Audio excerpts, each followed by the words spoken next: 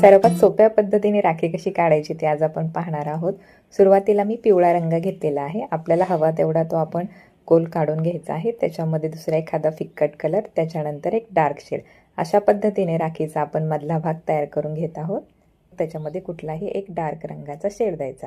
तुम्हाला जे कलर्स आवडतील ते कलर्स तुम्ही यामध्ये यूज करा।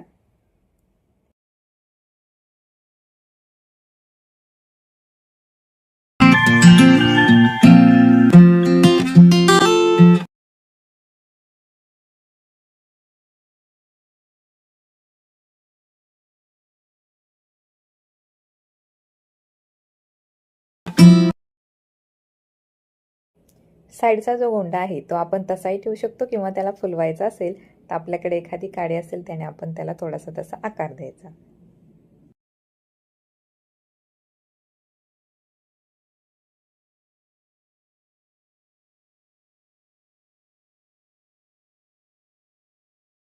रांगोळी आवडली असेल तर हाईप करायला विसरू नका।